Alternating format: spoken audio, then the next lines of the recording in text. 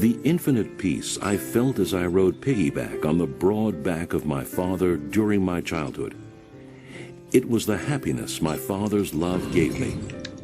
In the 1920s, when times were hard, my great-grandfather said on his deathbed that if we fed the people from all over Korea, then blessings from all parts of Korea would come flowing in. My granduncle, Myung said it was a blessing to be able to die for one's country. And so he had participated in the independence movement. And I, the small-eyed Myung Moon of Osan House, who related to and loved all the animals, plants, and people in the world, thus learned the right way to live in the world.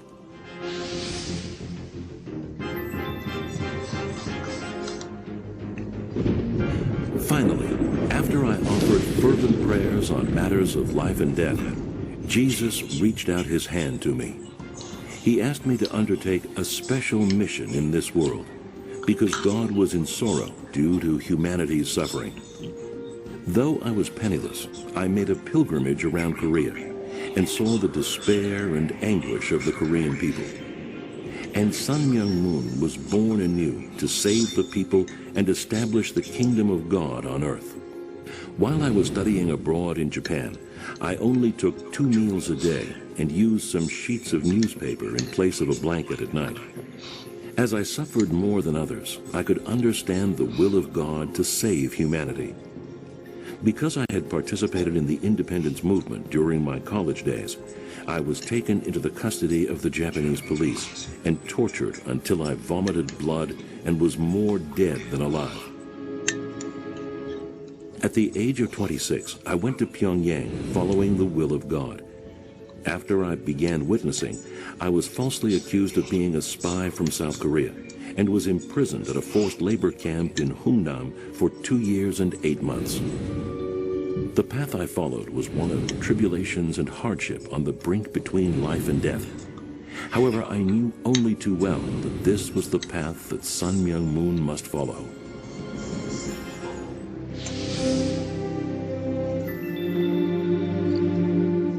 In 1951, while at a laborer's camp,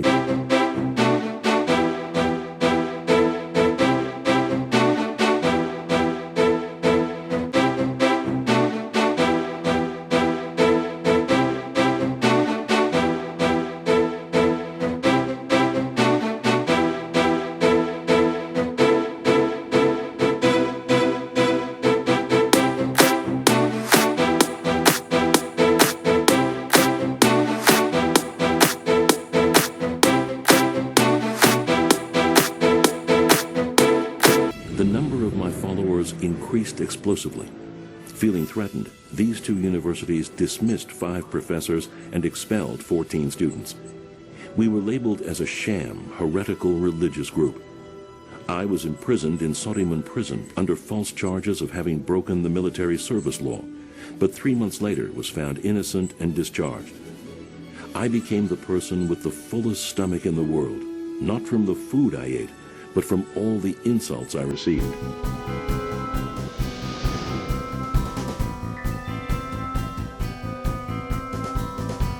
To uphold the mission God had given me, my top priority was to carry out missionary work on the world stage. Beginning with the dispatch of missionaries to Japan in 1958 and the U.S. in 1959, I set out on a voyage of energetic mission work aimed at the whole world. In 1963, I picked out 17 children and founded the Little Angels Dance Troupe, which was to act as a bridge to world peace. On the day before the amendment of the Constitution would have prevented me from leaving Korea, I boarded the last airplane headed for the United States. Through lectures given in the U.S. Congress and across the nation, I sowed the seeds of a revolution in the consciousness of the American people. In 1976, 300,000 people gathered at the Washington Monument. Newsweek carried my photograph and referred to me as part of the revivalism of the 1970s. However, on account of having interpreted the cross of Jesus in a new way, Reverend Sun Myung Moon was again imprisoned in the U.S. I would not have had to go to prison if I had left the country, but I went to the correctional facility in Danbury in a dignified manner.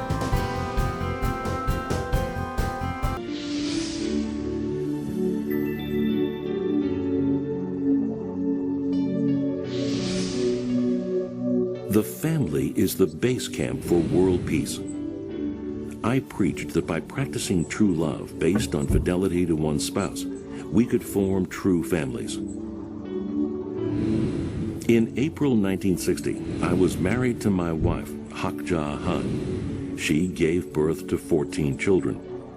Giving birth to and raising 14 children in 20 years was a very difficult thing to do, and yet she never showed it. In order to establish an exemplary family through true love, my wife and I walked a thorny path and showed others that the family is the beginning point of a peaceful world. The perfection of one person, as well as the perfection of world peace, can only be achieved through the family. I don't ever slow up, no I don't take shit. I got no love for the fakeness. If you wanna play tough and wanna hate this, I'll always show up. The power of religion lies in its overflowing love. I dedicated my whole life for peace in religion and peace in the world. In 1985, I declared the end of communism. In April 1990, I met with President Gorbachev in Moscow and requested that he allow religious freedom within the Soviet Union. In 1991, the Soviet Union was disbanded. In November 1991, I met President Kim Il-sung in North Korea. I emphasized that blood was thicker than water and that we should follow Godism, the head-room theology, and not stay on the right wing or the left wing. North Korea signed the joint declaration of denuclearization of the Korean Peninsula. President Kim also entrusted me with the development of North Korea, including Mount Kumgang. Only love can bring about the unification of South and North Korea, because there is no barrier that true love cannot cross.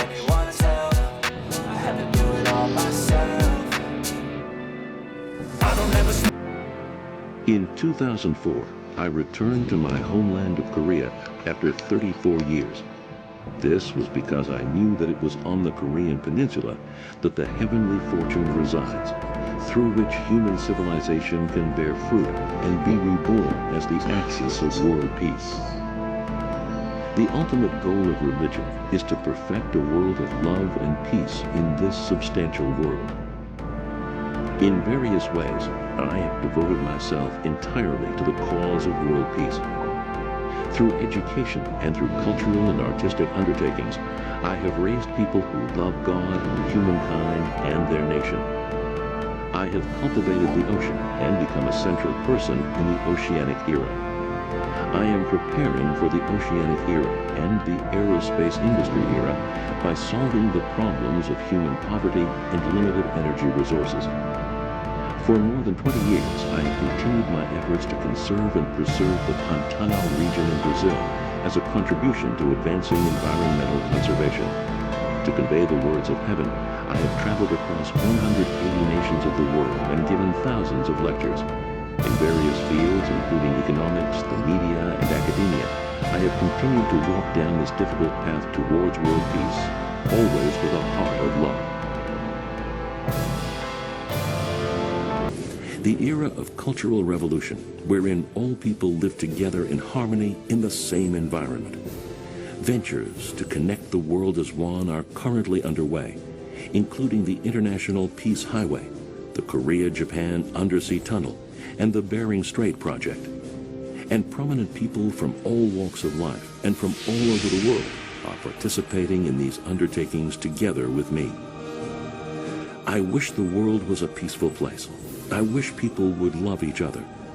I wish poverty, starvation, conflict, and suffering could disappear from all corners of the world. Even now, I pray again